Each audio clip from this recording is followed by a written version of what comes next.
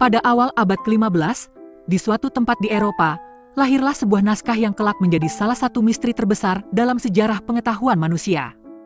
Manuskrip ini ditulis dengan tinta di atas perkamen halus, terdiri dari sekitar 240 halaman, sebagian besar masih utuh hingga kini. Isinya penuh dengan ilustrasi warna-warni, gambar tanaman aneh yang tak dapat diidentifikasi, diagram astronomi yang tidak cocok dengan langit yang kita kenal, simbol astrologi, peta berbentuk kosmologi, serta ilustrasi figur perempuan telanjang yang seolah sedang berendam dalam tabung atau kolam aneh. Yang paling membingungkan, seluruh teks di dalamnya ditulis dengan aksara yang tidak pernah terlihat dalam bahasa manapun, abjad asing, tersusun rapi, konsisten, namun tak pernah bisa dibaca. Sejarah awal manuskrip ini masih kabur. Analisis radiokarbon modern menegaskan bahwa perkamen berasal dari awal tahun 1400-an. Sehingga diyakini, naskah tersebut memang dibuat pada periode itu, kemungkinan besar di Eropa Tengah. Namun siapa penulisnya, dalam bahasa apa, dan untuk tujuan apa, tetap tidak diketahui. Manuskrip ini tercatat dalam sejarah pada abad ke-17. Seorang alkemis asal Praha, Georg Barest, disebut-sebut sebagai pemiliknya. Ia merasa bingung dengan naskah itu dan mencoba menghubungi para sarjana, termasuk Athanasius Kirche, seorang cendekiawan Jesuit di Roma yang terkenal karena minatnya pada bahasa misterius, termasuk hieroglif Mesir. Kirche dikabarkan sangat ingin mendapatkan manuskrip tersebut, meskipun pada masa itu belum jelas apakah ia pernah benar-benar memegangnya. Kemudian, manuskrip ini diketahui berada dalam koleksi Kaisar Rudolf II dari Habsburg di Praha. Rudolf dikenal sebagai pelindung seni, ilmu pengetahuan, dan juga hal-hal esoteris. Catatan menyebutkan bahwa ia membeli manuskrip tersebut dengan harga yang sangat mahal, bahkan sampai 600 dukat emas, jumlah yang besar pada masanya. Konon, ia percaya naskah itu adalah karya Roger Bacon, seorang filsuf Inggris abad ke-13 yang terkenal dengan pengetahuan alkimia dan ilmu alam. Dugaan ini kemudian terbukti tidak benar, tetapi menunjukkan betapa manuskrip tersebut sejak awal diasosiasikan dengan misteri dan pengetahuan rahasia. Setelah berpindah tangan berkali-kali dan sempat hilang dari catatan publik, manuskrip ini muncul kembali pada tahun 1912, ketika seorang pedagang buku langka asal Polandia, Wilfried Voynich, menemukannya di sebuah perpustakaan milik Yesuit di dekat Roma. Dari sinilah naskah itu mendapat nama yang kita kenal sekarang, The Voynich Manuscript. Voynich berusaha mempopulerkannya, menyebarkan salinan halaman ke para ahli bahasa dan kriptografer di seluruh Eropa dan Amerika.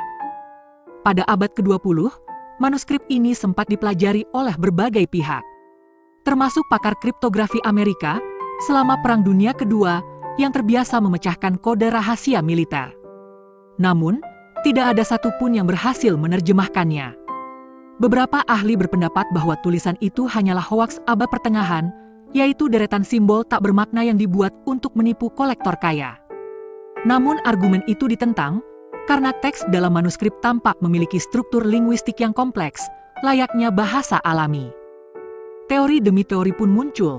Sebagian meyakini naskah itu berisi rahasia alkimia, catatan herbal dari dunia yang hilang, atau bahkan pengetahuan yang bersumber dari peradaban asing. Pada abad ke-21, dengan bantuan komputer dan kecerdasan buatan, sejumlah analisis linguistik modern menunjukkan bahwa teks tersebut kemungkinan memang disusun mengikuti pola bahasa tertentu, meski tetap tidak bisa diterjemahkan. Hari ini, The Voynich Manuscript disimpan di Binek Rare Book Manuscript Library, Universitas Yale, dengan kode MS408. Naskah ini terus menarik perhatian sejarawan, kriptografer, ahli botani, astronom, bahkan para peneliti independen. Meski telah berabad-abad dipelajari, ia tetap menyisakan lebih banyak pertanyaan daripada jawaban.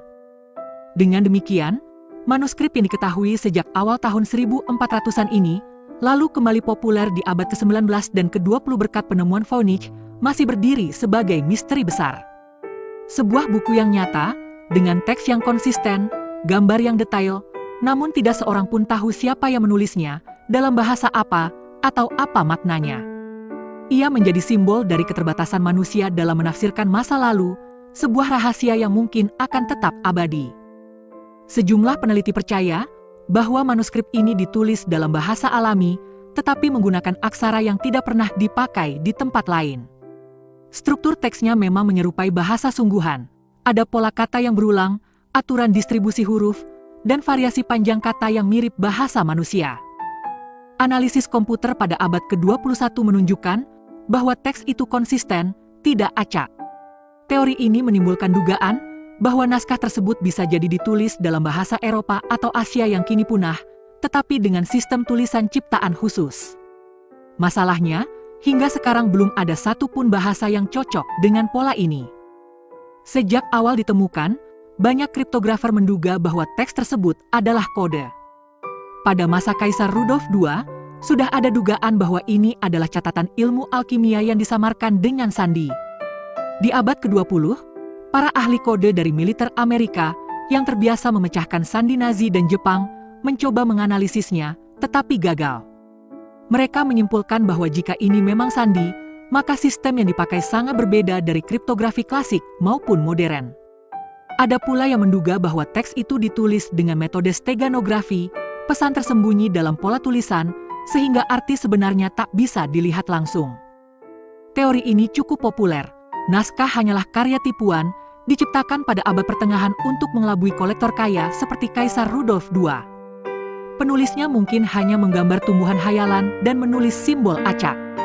Namun argumen ini lemah karena teks dalam manuskrip menunjukkan pola linguistik nyata. Jika itu hanya deretan simbol acak, seharusnya polanya tidak konsisten.